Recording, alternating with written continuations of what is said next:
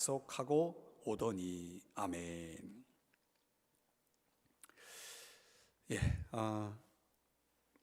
오늘 금요기도에 오신 여러분 모두 환영하고 축복합니다. 오늘 13일의 금요일입니다.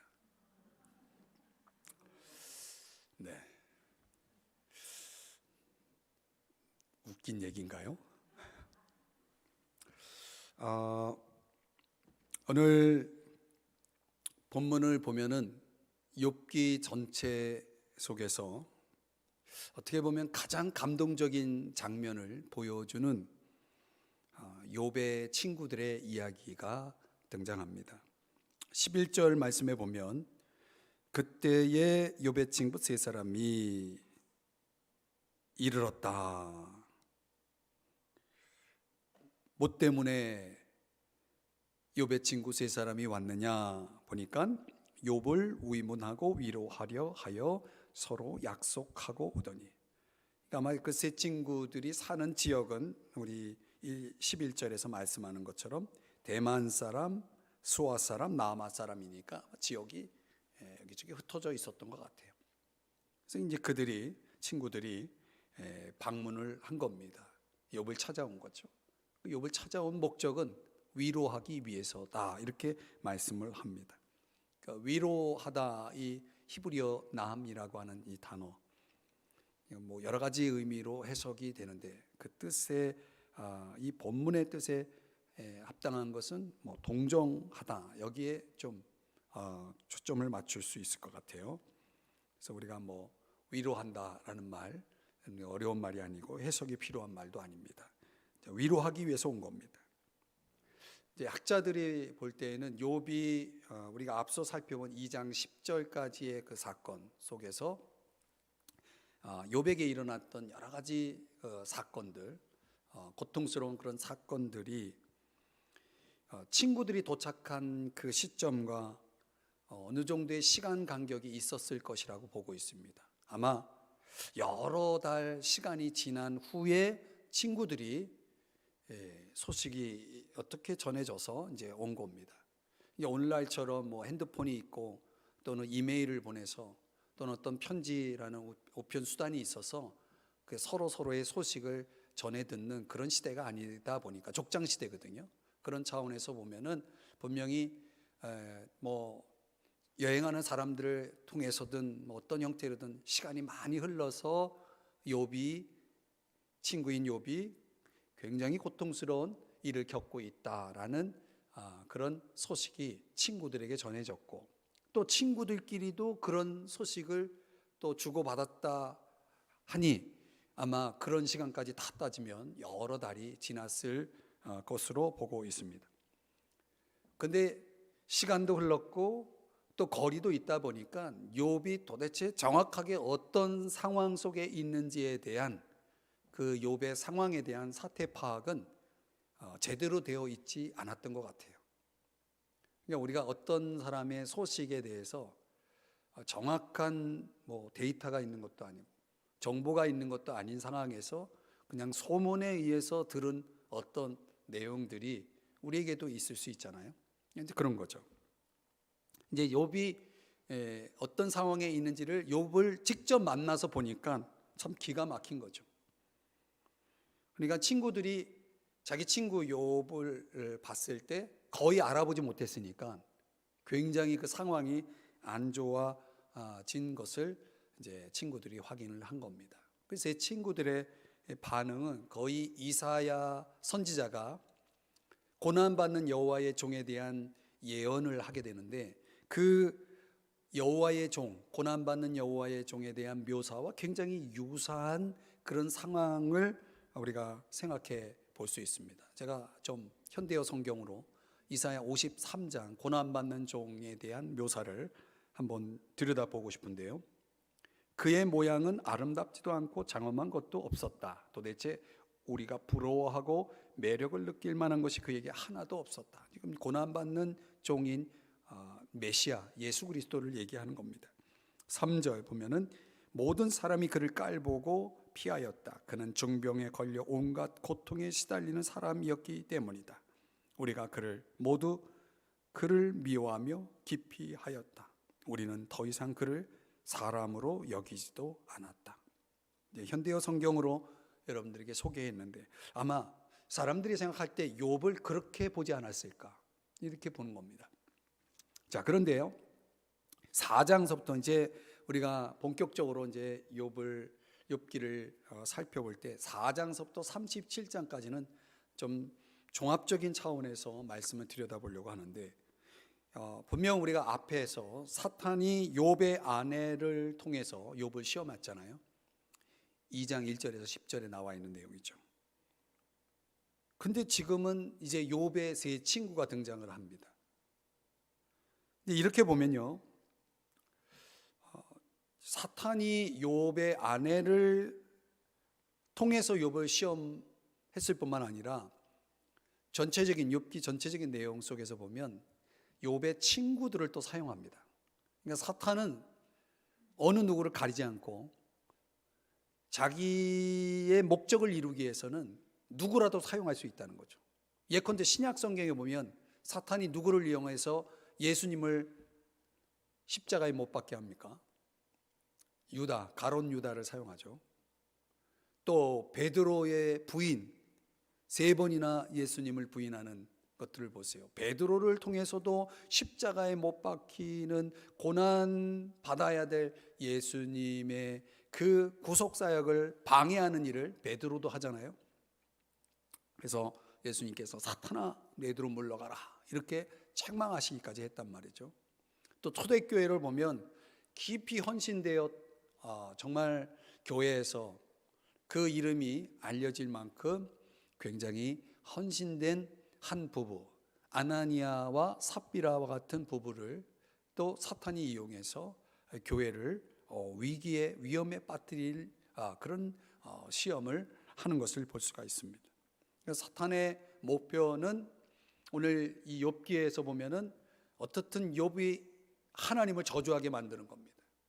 그 저주 말 한번 하는 것이 그게 뭐 큰 일일까 생각하겠지만은 결국은 욥이 하나님을 저주해서 하나님을 버리게 만드는 것. 그래서 욥을 넘어뜨리는 것이 이 사탄의 목표거든요. 우는 사자와 같이 삼킬 자를 찾아다니는 이 사탄의 역사가 오늘 욥기 전반부에 그려지고 있음을 알 수가 있습니다. 나중에 이 4장서부터 전개되는 내용을 들여다보면 욥을 위로하기 위해 찾아왔던 3명의 친구가 욥을 넘어뜨리는 일을 시작합니다. 결국은 그런 전체적인 내용으로 볼 때 정말 우리가 조심해야 될 것은 얼마든지 하나님이 내 주변 사람들을 통해서 나를 넘어뜨릴 수 있는 그런 시험들이 올 수 있다는 것을 하나님이 이 성경을 통해 우리에게 가르쳐주고 있는 거예요. 그게 누구일지는 몰라요. 어느 날 내 주변에 어떤 사람 통해서 사탄은 나를 공격할 거고 내가 그걸 분별해내지 못하면 결국 내가 넘어지고 말 것이다. 오늘 이것을 우리에게 교훈해 주는 거죠. 자, 그렇게 놓고 보면 오늘 본문 11절에서 13절에 나타난 이제 욥의 친구들을 좀 더 우리가 들여다본다고 할 때 고난받는 욥을 방문했다. 그리고 위로하기 위해서 서로 멀리 있던 그 친구들이 약속해서 이제 욥을 찾아왔다.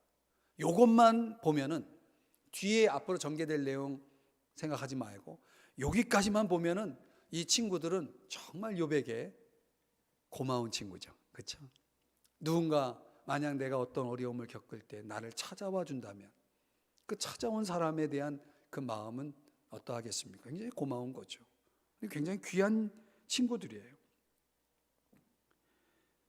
그런데 이제 전체적인 내용을 들여다보면 누군가를 위로하고자 할 때 정말 신중하고 조심해야 된다.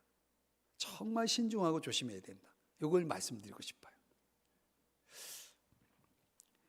위로하는 것이 그렇게 쉬운 일은 아니라는 거죠. 어떻게 보면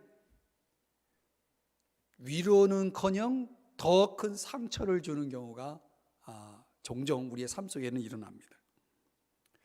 그래서 오늘 저는 요 세 구절을 중점적으로 보면서 우리가 욥처럼 어떤 어려움을 겪고 있는 사람들을, 내 주변의 어떤 이웃을, 어떤 한 사람을 내가 위로를 하고자 할 때에 어떻게 하면 정말 좋은 위로자가 될 수 있겠는가? 내가 내 주변에 어떤 이웃을 돕는다고 했을 때, 위로한다고 했을 때 오늘 저와 여러분이 해야 할 일이 무엇이냐, 한번 오늘 본문 속에서 묵상해 보고자 합니다. 첫 번째는요, 함께 있는 것. 위로에 있어서 중요한 게 뭡니까? 함께 있는 것이다. 한번 따라 하십시다. 함께 있는 것. 자, 11절에 보면 우리가 조금 전에 살펴본 본문 내용 다시 한번 들여다봅니다. 각각 자기 지역에서부터 이르렀다, 왔다. 또 그들이 욥을 위문하고 위로하려 하여 서로 약속하고 오더니, 왔다, 요거를 이 본문이 11절에서 두 번 강조를 합니다. 욥이 재앙을 겪고 있다. 큰 불행한 사고를 당해서 정말 집안에 어려운 일이 생겼을 뿐만 아니라 자녀들에게도 어려움 생기고, 거기에다가 더 나가서 욥 자신의 몸도 지금 큰 질병으로 고통을 당하고 있다. 이런 소식을 그들이 자세하지는 않지만 어떻든 그 소식을 듣고 그냥 지나치지 않았다는 거죠. 그래서 욥을 찾아왔다는 겁니다. 그게 바로 위로입니다. 찾아왔다는 게 위로입니다. 우리가 우리 주변에서 누가 어려움을 겪을 때 여러분들은 찾아가십니까? 우리가 누구를 위로하는 데 있어서 제일 필요한 게 뭡니까? 가장 먼저 필요한 것이 뭡니까? 찾아가는 거예요. 근데 찾아가는 게 참 쉽지 않습니다. 왜냐하면 우리 각자에겐 또 바쁜 일상이 있거든요. 그런 거 접어두고 이 욥의 세 친구들이 욥을 찾아가기 위해선 그 세 친구들의 상황을 우리가 성경에서 그 내용을 들여다볼 수 없죠. 알 수가 없지만 분명 뭔가는 그들에게도 어떤 포기가 있지 않았으면 갈 수가 없는 거죠. 갔다 오는 것만 해도 시간이 많이 걸릴 거고, 그죠? 집을 비우고 가야 하고 하던 일을 내려놓고 가야 하는 그런 어려움을 생각해 보면 간다는 것, 찾아간다는 건 그리 쉬운 일이 아닙니다. 예수님께서 선한 사마리아인의 비유를 하시면서 우리가 그 본문을 한번 들여다보면 아주 독특한 상황을 발견할 수가 있는데요. 강도를 만난 고통을 겪고 있는 한 사람, 길가에 쓰러진 한 사람에 대해서 그 사람을 피해서 그냥 지나치는 제사장과 한 레위인에 대해서 소개를 합니다. 그래서 반복해서 이렇게 설명해요. 피하여 지나가고 피하여 지나가되. 어떤 사마리아 사람을 또 소개하면서 그는 가까이 가서, 너무나 대조적인 모습을 보이죠. 피하여 지나가는 사람, 가까이 다가가는 사람. 분명히 이 두 모습은 얼마나 대조적인 모습인지. 우리가 위로라고 할 때에 피하여 지나가는 사람이 있고 또 가까이 다가가는 사람 가운데 후자에 해당되는 걸 위로라고 말하는 거죠. 가까이 다가가는 것. 그러니까 이웃을 찾아가서 무엇을, 어떤 구체적인 액션을 취하는 것을 생각하기 전에 가까이 다가가는 그 자체가 바로 위로의 시작이다라고 하는 것입니다. 함께하는 것. 우리가 신약 성경에 보면은 요한복음 14장 16절에 보면 그런 말씀이 나옵니다. 예수님을 보혜사로 이렇게 부릅니다. 보혜사. 보혜사라는 것은 다른 말로는 위로자라는 뜻이죠. 이 위로자, 파라클레토스라고 하는 단어를 씁니다. 우리가 신약에서 말하는 이 위로의 의미를 가지고 있는 단어 파라클레토스는 곁으로 다가와 부르다 이런 뜻이거든요. 그러니까 곁으로 다가가는 것이요. 다가가주는 것. 그게 이제 신약적인 의미로 보면은 위로입니다. 그래서 예수님께서 바로 그런 분이었다는 거죠. 예수님의 이름 가운데 우리가 아는 임마누엘. 무슨 뜻이죠? 함께 하시는 거죠.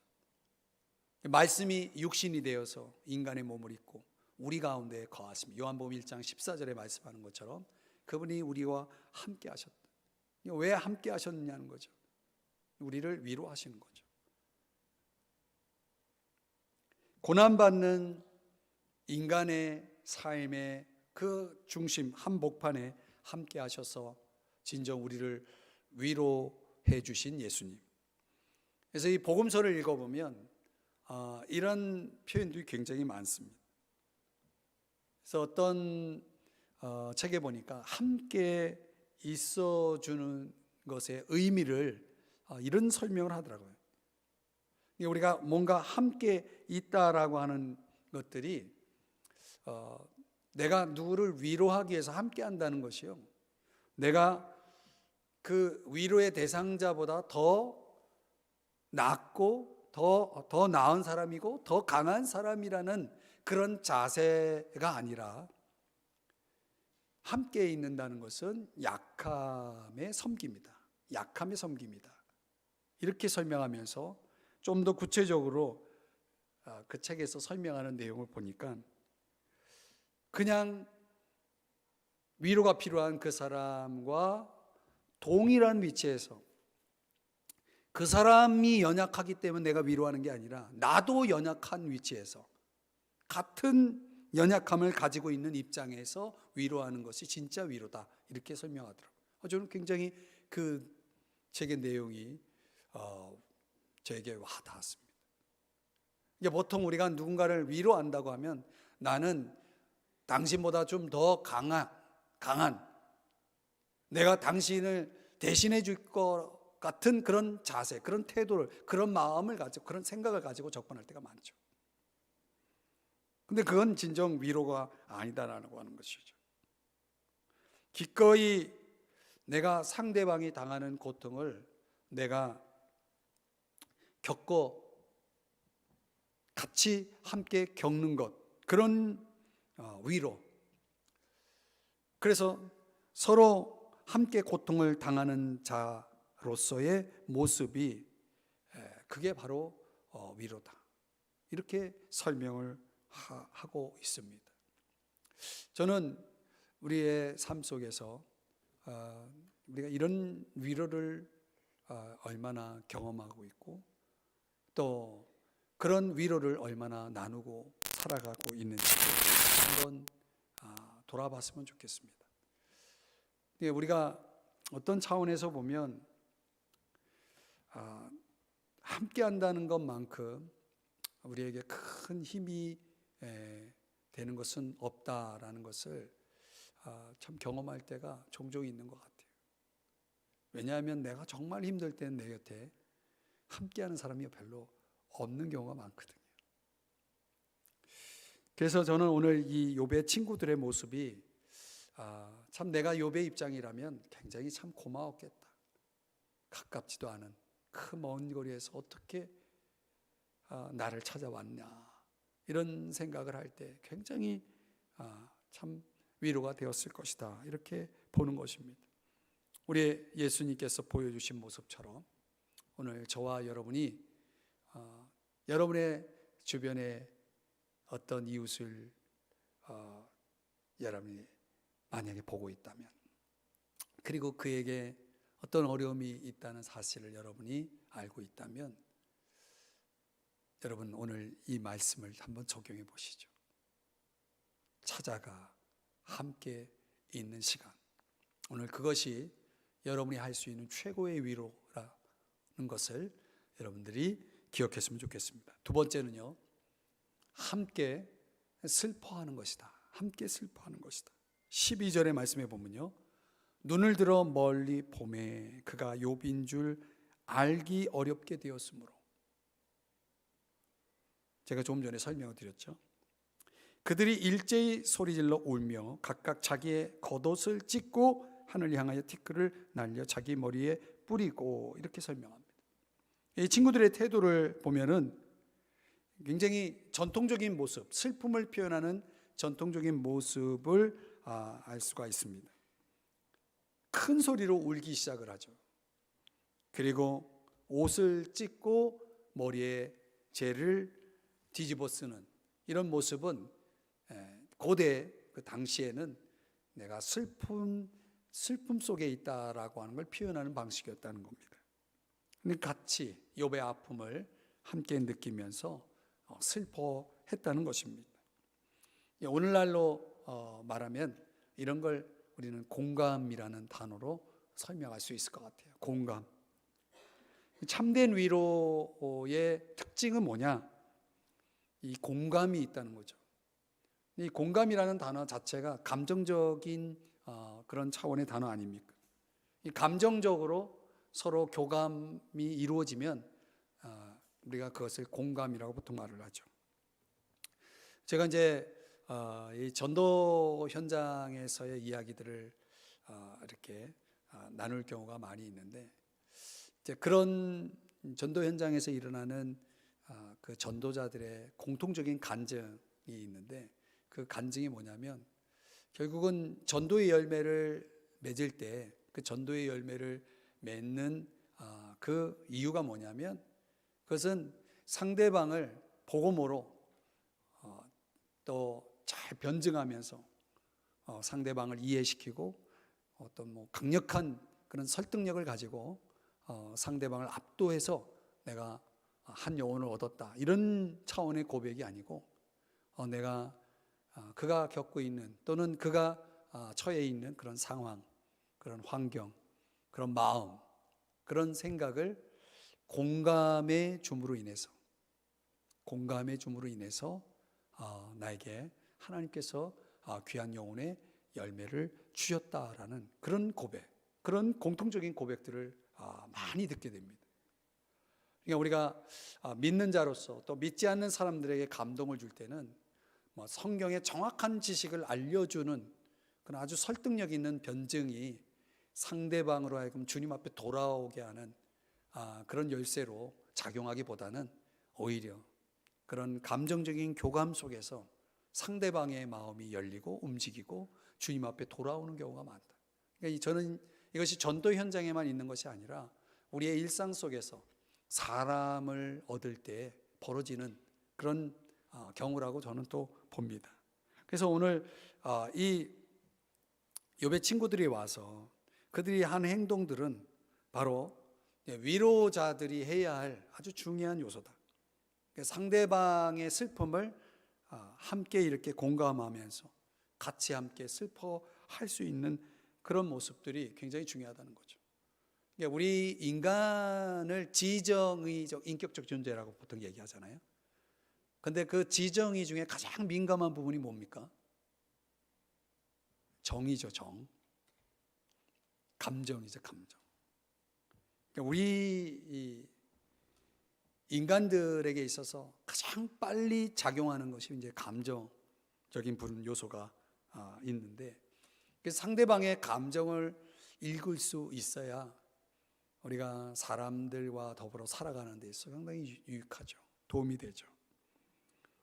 보통 대화를 이렇게 나눌 때 저도 이제 참 부족한 부분이 많이 있는데, 대화를 나눌 때 상대방에게 바라는 필요가 뭐라고 생각합니까? 보통 가족 간에 또는 성도 간에 대화하면서 여러분들이 상대방에게 뭔가 내심 바라는 어떤 필요가 있다면 그게 뭡니까?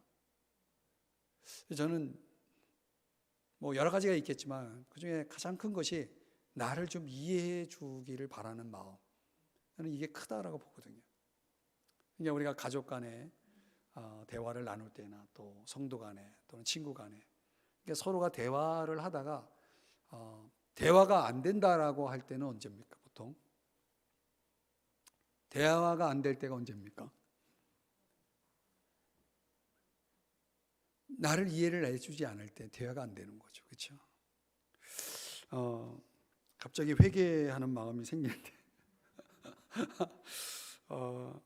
그 이해의 부족이 결국 인간관계 속에서 갈등의 원인인 거죠. 이 대화가 완전히 사라진 어떤 관계들을 보면은 결국 이해가 결핍되어 있는 그런 문제라고 봅니다. 저는 예수님의 이제 공생의 사역을 계속 이 친구들의 모습과 계속 같이 연결해서 좀 묵상을 해봤는데요. 예수님은 얼마큼 우리 인간에 대한 공감 능력을 가지고 있었을까? 이제 그 복음서에 보면은 종종 그 단어, 그 표현이 등장하는데 대표적으로 마태복음 9장에 보면은 이런 말씀이 나옵니다. 한번 같이 읽어볼까요? 시작. 보시고 불쌍히 여기시니. 이 표현이, 이런 표현들이 되게 자주 등장하거든요. 불쌍히 여겼다는 게 뭡니까? 예수님의 감정을 엿볼 수 있는 대목이죠. 우리 인간 무리들을 보면서 이 공감의 모범을 보여주신 예수님의 그 특징을 잘 드러낸 구절이라고 봅니다. 불쌍히 여겼다. 고난 속에 있는 인간들, 연약한 인간들을 보면서 공감하신 예수님. 이것은 다르게 얘기하면 깊이 이해하고 동정하시고, 그리고 그가 겪고 있는 상황, 또 어떤 필요를 잘 도와주시는 그런 예수님의 모습을 저 이 표현 속에 담고 있다고 봅니다. 불쌍히 여겼다. 그래서 이거를 히브리 기자가 아주 잘 표현해 준 성경 구절이 있어서 여러분들과 같이 함께 읽어보기를 원합니다. 히브리서 4장 15절 16절인데요. 우리 자막을 보면서 같이 함께 읽어보죠. 시작. 우리에게 있는 대제사장은 우리의 연약함을 동정하지 못하실 이가 아니요 모든 일에 우리와 똑같이 시험을 받으신 이로되 죄는 없으시니라. 16절. 그러므로 우리는 긍휼하심을 받고 때를 따라 돕는 은혜를 얻기 위하여 은혜의 보좌 앞에 담대히 나아갈 것이니라. 아멘. 예수님을 히브리 기자는 이렇게 설명합니다. 모든 일에 우리와 똑같이 시험을 받으신 분이다. 이 표현이 의미하는 게 뭐겠습니까? 주님은 우리의 감정을 잘 이해하실 수 있다. 우리를 잘 이해할 수 있다는 거죠. 왜? 똑같이 시험을 받으신 분이기 때문에. 그러니까 우리 입장을 너무나 잘 이해하시는 거죠. 우리와 함께 할 수 있고 공감할 수 있고 도와주실 수 있는 거죠. 이런 예수님이기 때문에 16절에서 뭐라고 말씀하냐면 때를 따라 돕는 은혜를 얻기 위해서 담대히 나오라는 거죠.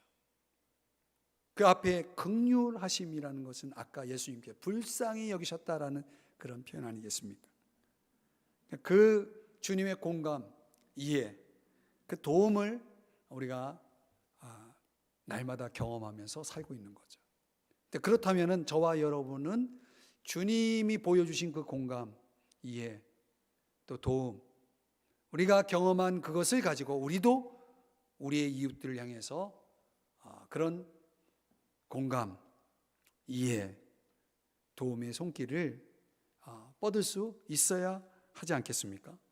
저와 여러분이 내밀 수 있는 그런 손길이 이웃들의 마음에 위로가 되는 줄 믿으시기 바랍니다. 그래서 우리가 이웃들의 슬픔을 함께 아파하면서 이렇게 공감해 줄 수 있는 위로자가 된다면 하나님께서 얼마나 또 기뻐하시고 또 그걸 통해서 우리가 얼마나 많은 그런 영향력들을 이웃들에게 끼칠 수 있을까? 우리 한번 그런 소망을 가지고 여러분이 이 말씀을 또 적용해 봤으면 좋겠습니다. 세 번째는요, 아마 요의 친구들이 보여줬던 위로의 가장 강력한 방법, 세 번째인데요, 침묵하는 것입니다. 침묵하는 것. 13절 말씀 우리 한번 같이 읽어보겠습니다. 시작.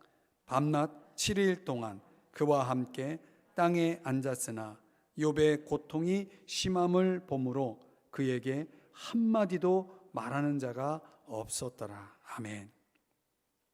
이제 욥의 친구들이 이제 욥과 함께 슬픔을 표현한 후에 보니까 아주 놀라운 행동을 취했어요. 저는 이 13절 말씀이 오늘 본문 속에서 가장 은혜를 받은, 개인적으로는 가장 은혜를 받은 말씀입니다. 그들이 취한 행동이 뭐냐면 침묵하는 거였다는 거죠. 한 말도 하는 자가 없었더라. 7일 동안이라고 그랬거든요. 왜 7일입니까? 7이라는 숫자는 뭡니까? 여러분들이 잘 아는 대로 완전수죠. 하루도 아니고 이틀도 아니고 7일 동안 침묵을 했다는 것입니다. 많은 사람들이 위로하는 일에 실패하는 이유가 뭡니까? 바로 이거죠. 침묵하지 않기 때문이 아닙니까? 오히려 그 서투른 위로의 말이 침묵보다 우리가 위로하는 데 있어서 오히려 상대방을 더 힘들게 하는 그런 상황으로 이끌 수 있다는 것을 오늘 본문이 우리에게 말씀해 주는 거죠. 많은 말들이 있을 땐 또 실수도 많이 있는 것 같아요. 목회자로서 저도 이제 고난 중에 있고 여러 가지 어려움 겪고 있는 성도들을 생각하면 가서 말씀 한 구절이라도 가서 읽어주고 신방도 하고 싶고 여러 가지 할 경우가 있는데요. 저희 목회 가운데 제가 이제 하나님께서 어떤 상황에서 저에게 또 말씀해 주시고 가르쳐 주신 것들 가운데 이렇게 함께 있는 것, 이게 첫 번째라고 그랬잖아요. 또 함께 슬퍼하는 것, 이것도 성도들에게 위로가 되지만 때론 이 침묵이 주는 이 위력, 그 위로의 위력이 대단한 것을 제가 종종 경험할 때가 있습니다. 어떤 말을 막 하고 싶을 그런 유혹을 받을 때가 있어요. 그런데 그 말보다는 오히려 침묵이 더 큰 위로가 되는 경우를 경험하게 됩니다. 욥의 고통이 심함을 보았을 때 저는 이것이 그들이 침묵한 이유라고 봅니다. 너무 고통이 크면요, 그때는 침묵보다 더 좋은 위로는 없습니다. 보통 누군가 어떤 어려움을 겪으면 그 곁에서 자꾸 해결자가 되려고 합니다. 설교자가 되려고 합니다. 또 더 나아가서는 고난의 이유를 막 설명하려고 합니다. 그런 것들이 막상 당사자에게는 전혀 위로가 되지 않는 거죠. 4장 이후로 이제 욥기 말씀을 이제 풀어가 보면요, 거의 이 세 명은요 신학자 수준입니다. 신학자. 그래서 당시 정말 아주 거대한 엄청난 신학을 갖고 있는 그런 대표적인 세 사람의 모습을 볼 수가 있어요. 그 욥을 계속 가르칩니다. 이유를 설명하고 잘못된 것들을 이야기해주고 책망을 하고 막 여러 가지 말들을 욥의 친구들이 하는 것을 봅니다. 그런데 오늘 요 본문까지 내용을 보면은 가장 설득력 있는 태도의 모습을 보여주고 있는 것입니다. 그건 바로 침묵인 거죠. 그래서 오늘 우리가 그 13절에서 보고 있는 것을 한번 여러분들의 삶 속에 잘 적용을 해 보았으면 좋겠습니다. 우리말로 이제 번역이 되어 소개된 책은 아니지만요, 그 Suffering Presence라고 하는 책이 있습니다. 스탠리 하워스워즈라고 하는 사람이 쓴 책인데요. 이 사람이 쓴 이 책에 거기는 이제 여러 가지 이제 핸디캡, 정신적인 그런 핸디캡이나 또는 어떤 장애를 가진 그런 사람들을 향해서 굉장히 기독교적인 그런 입장에서 어떤 신학적인 입장을 설명해 준 아주 좋은 책인데요. 그 책에 소개된 내용 가운데 이런 내용이 있어요. 그러니까 사고로 어머니를 잃은 친구의 이야기를 거기서 이제 간증을 합니다. 사고 구체적인 제 내용을 이제 여러분들에게 소개는 하지 않지만 그 사고로 이제 어머니를 잃은 친구를 위로하기 위해서 이 저자 스탠리 하워워즈가 그런 이야기를 이제 하는 겁니다. 한번 제가 조금 여러분들에게 이해를 돕기 위해서 좀 읽어드리면 그가 이제 이렇게 자신의 경험을 소개합니다. 나는 친구에게 도움을 베푸는 과정에서 얼마나 서툴렀는지를 기억한다. 나는 무슨 말을 할 수 있는지 혹은 무슨 말을 해야 할지 알 수 없었다. 나는 그가 삶을 계속 이어나갈 수 있도록 그 끔찍한 사건을 극복하고 정상적인 상태로 돌아오도록 돕는 방법을 알지 못했다. 내가 할 수 있었던 것은 함께 있어주는 것뿐이었다. 그러나 시간이 지나면서 그가 원했던 것은 바로 이것, 오직 나의 함께함이었다는 사실을 깨닫게 되었다. 지금 나는 그 당시에 하나님이 깊은 고통과 고난의 목전에서 임재하시는 엄청난 특권을 베푸셨다고 생각한다. 이제 이런 내용들 중간중간 생략하고 이런 내용들을 그 책에서 소개하고 있습니다. 그러니까 제가 이 스탠리 하워스가 얘기했던 것 가운데 그 엄청난 특권, 주님이 임재하시는 그 엄청난 특권이 언제 주어졌냐면 그냥 함께 있을 때 주어졌다는 거죠. 침묵이라는 것이요, 때로는 어떤 말보다도 더 감동적이고 더 강력한 위로의 방법이라는 사실을 그가 우리에게 이제 소개한 내용입니다. 때로는 우리에게 우리 인간이 할 수 없는 상황, 인간의 역할이 오히려 불필요한 상황이 우리의 인생 속에 주어질 때가 있습니다. 이건 오직 하나님만이 하실 수 있는 상황, 하나님만이 일하시는 상황, 하나님이 개입하시는 하나님의 강력한 임재의 특권을 경험할 수 있는 절호의 그 찬스가 사람들의 그 인생 속에 찾아올 수가 있는 거죠. 그것은 저는 어떻게 보면 이 하워버스의 친구가 바로 그런 경험을 했다. 그냥 함께 침묵 가운데 있어 주었던 그 시간 속에서 말이죠. 하나님이 일하신 시간이죠. 살면서요, 우리는 우리의 감정을 털어놓을 필요가 있습니다. 그냥 꼭 내 마음속에 있는 어떤 그런 것들을 꼭 누르고 살아야 할 필요는 없습니다.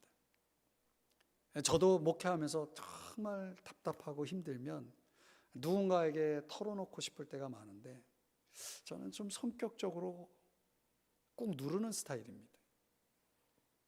근데 그 꾹 누르는 것이 그렇게 좋은 것만은 아니라는 것을 종종 경험해요. 그래서 물론 이제 아내하고도 대화하고 하지만 어떤 때는 그런 내 마음속에 있는 기도, 내 마음속에 있는 눈물을 그저 오직 하나님에게만 풀어놓을 때가 있어요. 하나님 앞에 내려놓을 때, 하나님 앞에 말씀드릴 때. 그러나 하나님께서 어떤 분이십니까? 고린도후서 1장 3절에 보면요, 이렇게 말씀하거든요. 모든 위로의 하나님이십니다. 그러니까 하나님의 위로라는 것은 사람의 위로와 비교할 수 없는 거죠. 물론 사람들의 위로가 필요할 때가 있겠지만은 먼저 내가 믿는 하나님, 나와 함께 하신 하나님이 모든 위로의 하나님이시라는 것을 우리가 알고 그 모든 위로의 하나님 앞에 나의 모든 것을 쏟아놓을 필요가 있다는 거죠. 저는 이런 금요기도회가 여러분에게 그런 시간이 되었으면 좋겠어요.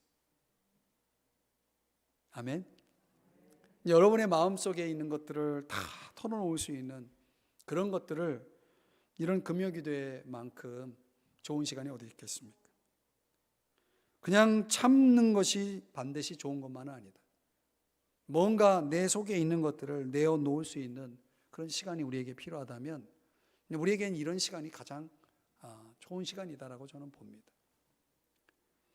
물론 이제 우리가 이렇게 살아갈 뿐만 아니라 저와 여러분이 정말 주님처럼 다른 사람을 위로할 수 있는 위로자가 되어서 또 하나님의 통로가 될 필요도 있습니다. 주님의 손이 되어줄 수도 있고 발이 되어줄 수도 있고 주님의 마음이 되어줄 수도 있는 거죠. 여러분들이 주님의 마음을 가지고 있는 한 또 주님의 그 역할을 대신해 줄 수도 있는 것입니다. 그래서 오늘 욥의 친구들이 보여줬던 세 가지의 그 특징이 저와 여러분이 최고의 위로자가 될 수 있는 인간 위로자가 될 수 있는 그런 방법이라는 거예요. 뭐예요 그게? 함께 있어주는 거지. 함께 해주는 것. 또 함께 아파하는 것. 함께 느끼는 것. 또 침묵하는 것. 또 이런 방법으로 여러분들이 위로할 뿐만 아니라 여기에 한 가지 더 플러스해서 그를 위해서 기도해 주는 거예요. 그를 위해서 기도해 주는 것. 그래서 진정한 위로가 될 수 있는 겁니다. 여러분 가운데 혹시 위로의 은사를 가지신 분이 있나요? 격려의 은사. 로마서에 나오는 은사의 종류 가운데 하나죠. 정말 위로를 잘하는 사람이 있어요. 탁월한 사람이에요. 이건 하나님이 주신 은사예요. 그런데 그 하나님이 주신 은사, 성령을 통하여 주신 은사는 꼭 써야 됩니다. 하나님이 어떤 사람은 모두가 다 그런 위로자의 삶을 살아가야 되겠지만은 어떤 사람은 더더욱 특별히 그런 위로의 은사를 사용하도록 하나님께서 주신 그런 은혜가 있는 사람이 있습니다. 성령께서 어떤 사람은 계속 그런 마음에 감동을 주시는 것 같아요. 누구를 위로하게끔 내 마음에 자꾸 감동을 주시는 거죠.